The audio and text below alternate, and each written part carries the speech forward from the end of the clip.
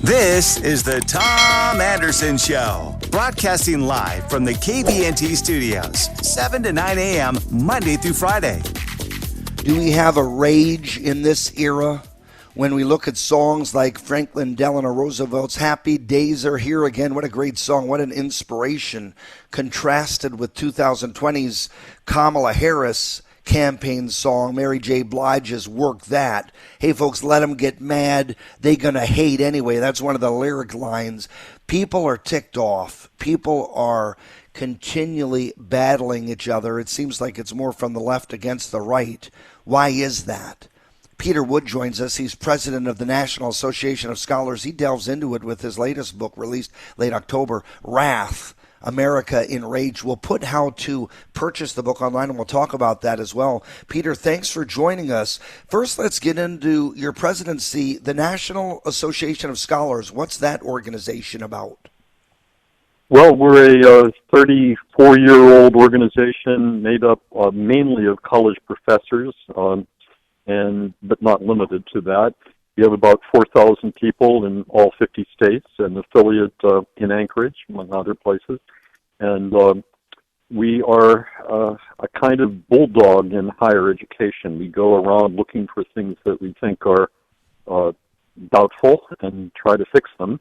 We do that by producing very long and not very readable reports where we delve into the details of things, but we also engage in the public sphere. So we lobby, we write letters to college presidents, and we create a ruckus when we think that might be helpful.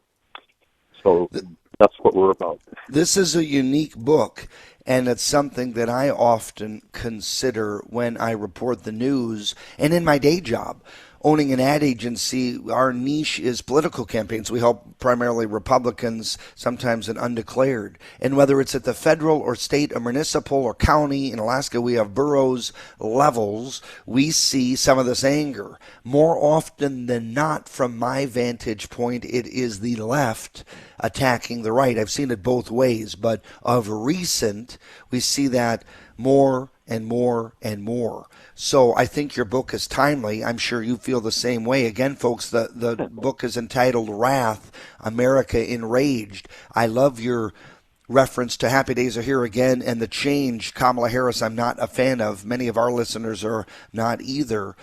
You probably have a lot of examples in the book about this transition from happy or getting along, right? Think of the old movies where the two U.S. senators from both sides of the aisle, or the House and the Senate member, argue in the Capitol building on the floor in the gallery, and then all of a sudden they're having a drink and dinner that evening. It's not like that anymore with the ilk of Kamala Harris or what is her name, Alexandria Ocasio-Cortez in New York City, or Ilhan Omar in St. Louis Park, Minneapolis. Things have changed, have they not? Things have changed a lot. Of course, my book has a combination of both a very long view of what's happened in the country. I go all the way back to George Washington and even earlier, and then all the way up to the present, in which much of the book deals with the 2020 election, the riot in Capitol Hill on January 6th, the aftermath of that, in which it was declared to be an insurrection, and so on. So the longer point of view is one which probably isn't very familiar to a large part of your audience. There was a time when Americans viewed getting in an angry state publicly and expressing yourself was viewed as really bad behavior, and people could be marginalized if they were known as hotheads who did that a lot. We had in our religious councils, in our popular literature, in our entertainment, the image of the angry person as a kind of fool. That began to change after World War II, and there's a fairly long story there, but the basic part of it is Americans discovered that anger could be both entertaining and a resource for gaining power. You could build political coalitions by getting people worked up. When you mention the anger on the left, I think what had happened is that protest movements in the 1960s laid the foundation for a kind of lifestyle of anger. Being angry all the time became a resource by which the American left was able to grow its base and play upon the dissatisfactions of Americans with various aspects of our society to create a party that defined itself by its anger. Now, I wrote a book about 15 years ago and saying, we've got to be cautious about this. Anger feels really good for some people some of the time, but it could lead us off in a bad direction. My new book is what happens when we got to that bad direction. The years of resistance, as it was called, to Trump's presidency brought the American left to a boiling point, also brought it to the point where it took the view that almost anything goes in order to get this horrible man out of office. And then we got to the point where conservatives began to feel that they had no options anymore. Their voices were drowned out in the national media. Access to the courts or the law enforcement authorities, and they thought they were being unfairly persecuted, began to disappear. I titled the book Wrath because wrath is what you get when you take people's legitimate anger and say it has no place. We're going to treat you as a criminal. And I think that is a really dangerous place for America to be right now. So the right is angry as well as the left, but it's not this symmetrical anger. They're not the same thing. The left use anger as its entitlement and use the deplorables, as Hillary called them, as people who need to be put in their place. The right sees itself as the heir to a form of government in which everybody gets a voice, and that has been taken away. We no longer have the consent of the government.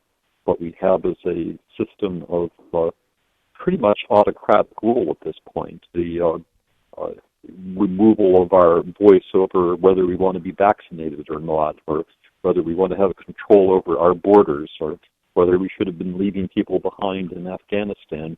It's a whole lot of issues that now confront people with the sense that we can't do anything about them. And that, I think, is breeding wrath.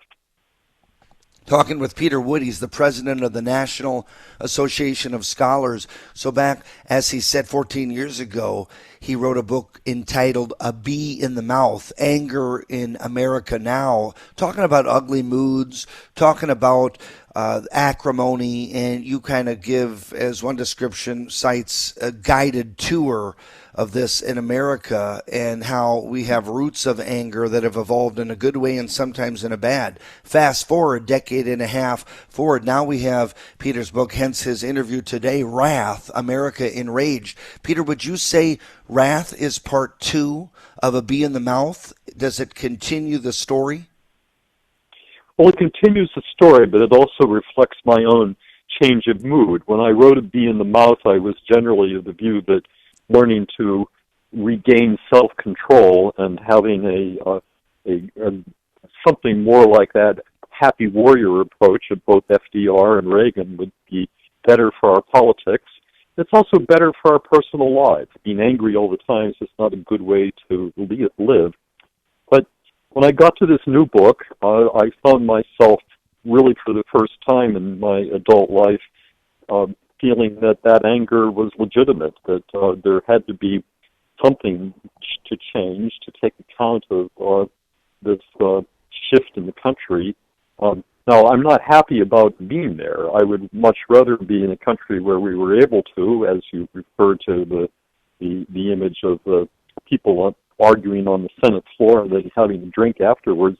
That would be better, but that's not what we've got. Nobody is going to go and have a drink with Nancy Pelosi after she rips the president's speech in half in front of the nation, or nobody is going to treat AOC as a person who you want to get chummy with, despite her desire to impose on the country her Green New Deal. Yeah, no, it's totally true. They're not going to connect with them, are they? We're going to come right back with Peter Wood.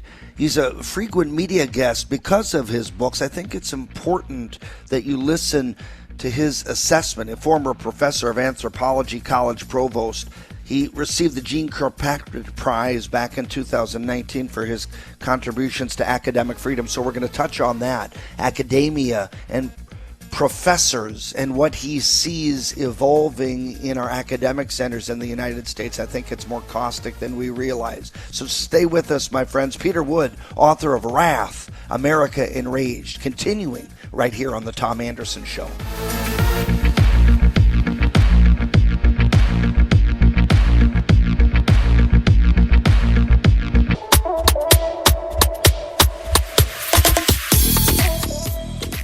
This is the Tom Anderson Show, broadcasting live from the KVNT studios, 7 to 9 a.m. Monday through Friday.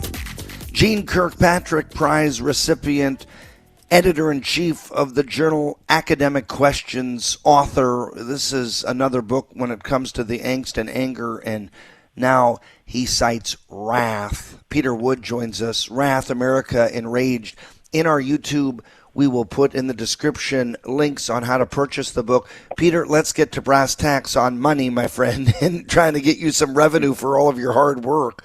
And I think this is a great Christmas gift, especially for those readers that want to ponder the, I guess you could say, polarization and the polemic and negativity that we see more than not in government and in media circles, and we'll get into academia. But what's the easiest way to purchase the book online? Probably the easiest way is to go to the publisher, encounterbooks.com. It's available through Amazon, and I don't know about bookstores in Alaska, but in many bookstores around the country. Sure. No, that makes sense. And I like when folks go to the publisher directly. That always helps them because that's the entity that's working with you and partnering. So you are a former anthropology professor and college provost. You're out of that game now.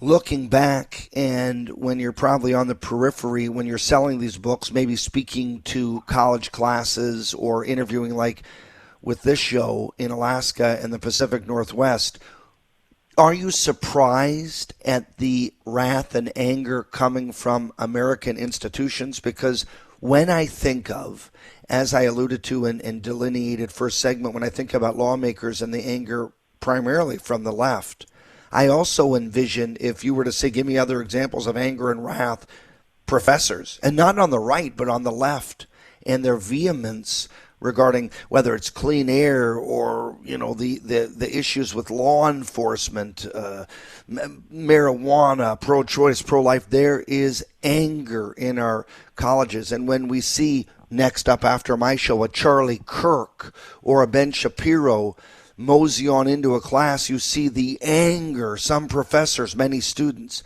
Why is that continuing and festering in academia? And are you happy to be out of it?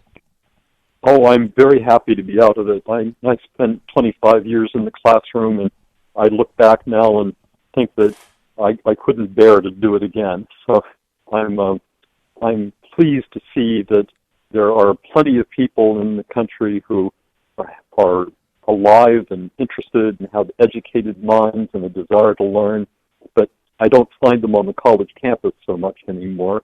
And I know so many professors. My own organization is made up of thousands of them, and I hear from people all the time who just are bitterly complaining that they're trapped in their professions now. They can't say the things they want to say. They can't speak in an ordinary manner. I've been filing amicus briefs in court in support of professors who get in trouble for things like using the wrong pronoun in their class. And it's just appalling to me that professors no longer have the capacity to modulate their own message to their own students without fear that somebody's going to turn them in for the wrong pronoun or something else. The accusations of racism and sexism fly all over the place. The new doctrine of transgenderism has upset all the expectations about how the authority of the classroom can be channeled instead into the authority of the complaining student. So I see that the anger in American higher education, I say You can divide it into two parts. One part are the professors who have chosen to make a profession out of griping, that they are truly not in love with their country. They would rather see a wholesale destruction of American values in favor of some sort of utopia. It might be one based on environmental extremism or thinking that the world is about to end through global warming. It might be based on race. It might be based on transgenderism or something else. But these claims put people into a constantly agitated state in which they get their only satisfaction out of berating other people and enforcing their own code. The other form of anger is what I'm referring to are people who feel helpless in this situation. They're under attack constantly, and they have to mind every word they say lest it result in some kind of career-ending flip. So the college campus is not a happy place to be if you are an adult trying to make a career there. For the students, it's something else again. I don't think college is a joyful place for many students these days either. They too are subjected to the cancel culture and to this policing by their peers. It makes it a pretty difficult thing to do, to get an education without finding yourself bumping in constantly to the forces of indoctrination. Do you remember at Boston College and when you were a professor there, and have you, the Boston University, strike that. I'm thinking of my sports teams. You're like, wait, damn your tongue. NAS.org. If someone goes there, they can donate. They can sign up for an email. How long have you had the organization?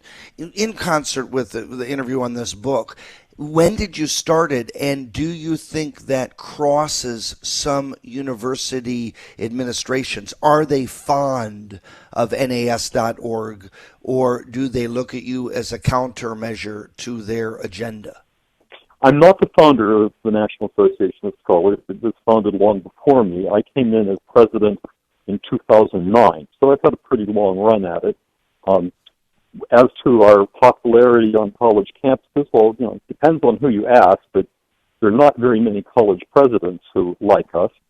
Well, after the summer of riots in 2020, or not actually after, but during, college presidents around the country rushed out with their own declarations about how racist their own institutions were and how they were going to make amends in the future.